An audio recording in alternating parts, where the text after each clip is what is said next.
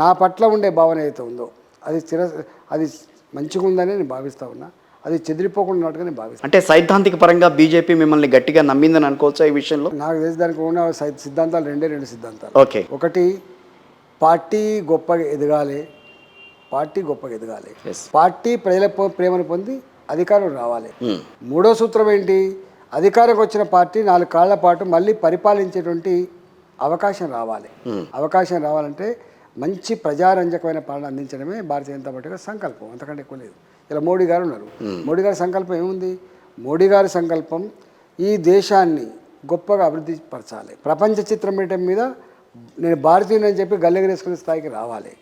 అనేక సంవత్సరాలుగా అపరిశుభ్రంగా ఉన్నటువంటి 371 ఆర్టికల్ కావచ్చు, వందల సంవత్సరాలుగా పరిష్కారం కానిటువంటి అయోధ్య ఇష్యూ కావచ్చు, ఇలాంటి సమస్యలు పరిష్కారం కావాలని చెప్పి కోరుకుంటారు. ప్రజాభిప్రాయం, ప్రజల చిరకాల వాంఛ, ప్రజలు అనేక సంవత్సరాలుగా ఏ అంశం మీద అయితే కోరపడుతున్నారో అవి పరిష్కారం చేయడమే భారతీయ జనతా పార్టీ ఇలా నరేంద్ర మోడీ గారు చేసినటువంటి గొప్ప అది కృషి. అంటే తెలంగాణ బీజేపీలో మీరు చేరిన తర్వాతే గ్రూప్ రాజకీయాలు పెరిగినాయని చెప్పి మాట్లాడుతూ ఉంటారు. దానికి మీరు? నాకు తెలిసి లేదా అవుతుందా అండి అట్లా? అయ్యో, ఎన్నో నుంచిలో ఉన్నాయి. సో ఎన్నో నుంచిలో ఉన్నాయండి. నాకు చెప్తా ఉంటారు పాతలు గిట్లుండే కొత్త ఏం కాదు చెప్తా. నేను దాంట్లో పోతలేను. వైరుధ్యాలు ఉండడం సహజం, గ్రూపులు ఉండడం సహజం. క్రమశిక్షణ కలిగిన బీజేపీలో వైరుధ్యాలు ఉండటం వేరు, స్వతంత్రత కలిగిన కాంగ్రెస్ పార్టీలో వైరుధ్యాలు ఉండటం వేరు. అన్నిట్లో ఉంటాయి వైరుధ్యాలు లేని పార్టీలు ఉండవు. బీఆర్ఎస్లో కూడా వైరుధ్యం ఉంటుంది.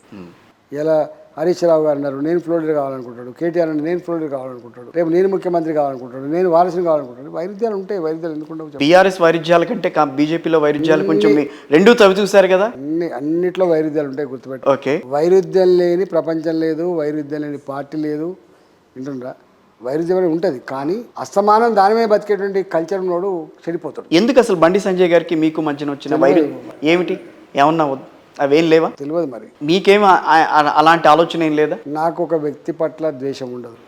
ఒక వ్యక్తిని కాంపిటేటర్గా భావించను.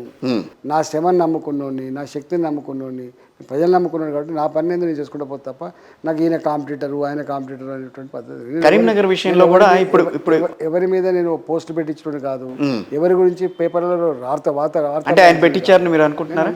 నేను చెప్తున్నా, నా క్యారెక్టర్ గురించి చెప్తున్నా. నేను ఇంకోరి గురించి మాట్లాడుతున్నాను. నేను కన్స్ట్రక్షన్ తప్ప డిస్ట్రక్షన్ తెలియదు. కరెక్ట్. నేను అల్లుకుంటా పోయటం తప్ప ఇచ్చకుండా పోయటం కాదు. నేను నా 20 ఏళ్ళ చరిత్ర ఉంది తెరిచే పుస్తకం లాగా. ఇవాళ కొత్తగా ఏముంటుందండి? ఎవరైనా ఊహించుకుంటే నేను ఏం చెప్పలేను, కానీ నాకు ఒక వ్యక్తి పట్ల కానీ ఎవరి పట్ల నాకు ద్వేషం లేదు. కౌశిక్ రెడ్డి లాంటి వాళ్ళు మీ మీద కుసిగొల్పారు అనుకుంటున్నారా, లేకపోతే వాళ్ళకి మీకు మధ్యన ఉన్న సంస్థాగతంగా ఉన్న వైరుధ్యాలని అనుకోవాలా వాళ్ళతో? ఎవరు ఉసుకొల్పిండ్రు? ఇవాళ ఇప్పుడే ఉసుకొల్పడం కాదండి. 2018 ఎన్నికల నాడే నన్ను ఓడగొట్టడానికి ఆయన డబ్బులు ఇచ్చినట్టుగా చెప్పిన నేను ఇంతకుముందు. నన్ను ఓడగొట్టడానికి మా పార్టీ స్వయంగా డబ్బులు ఇచ్చింది ఆయనకని నేను చెప్పిన ఆరోపణ చేసి. ఆరోపణ కాదు, నిజమైంది.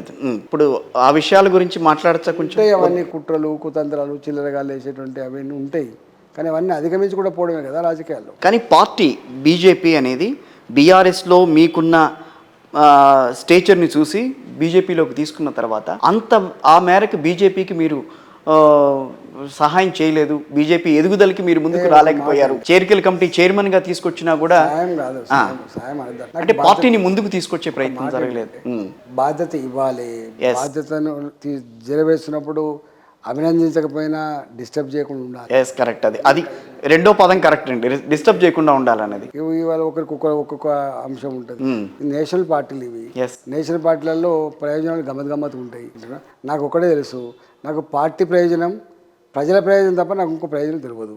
నాలాంటి వాడు ఘర్షణ. మరి పార్టీ ప్రయోజనం అన్నప్పుడు చేరికలు కావాలి అని అనుకున్న దానికి చైర్మన్గా పెట్టినప్పుడు ఖమ్మం జిల్లాకు సంబంధించిన సీనియర్ నాయకులను తీసుకోవడంలో మీ వైఫల్యం ఉందని చెప్పి ప్రచారం చేసుకుంటూ వచ్చారు. అంత అట్లాంటి గురించి నేను అందుకనే దాని ప్రచారం అని అంటున్నాను. గురించి నేను కామెంట్ చేయను. ఓకే. నేను సిన్సియర్గా నా ప్రయత్నం చేసిన. ఎప్పుడు కూడా తెచ్చుతున్నప్పుడు 3 అంశాలు ఉంటాయండి. రాజకీయ నాయకులు పార్టీలు మారుతున్నప్పుడు జనమే లెక్క వాటికి డూడు బసవన లెక్క తలకాయ ఊపుకుంటూ రారు. నా భవిష్యత్ ఏంది, నా సీట్ ఏంది, నా కథ ఏంది అని చెప్పి అడుగుతారు. ఇవన్నీ ఇచ్చేటువంటి అధికారం ఇక్కడ ఎవరికి లేదు, గుర్తుపెట్టుకోండి.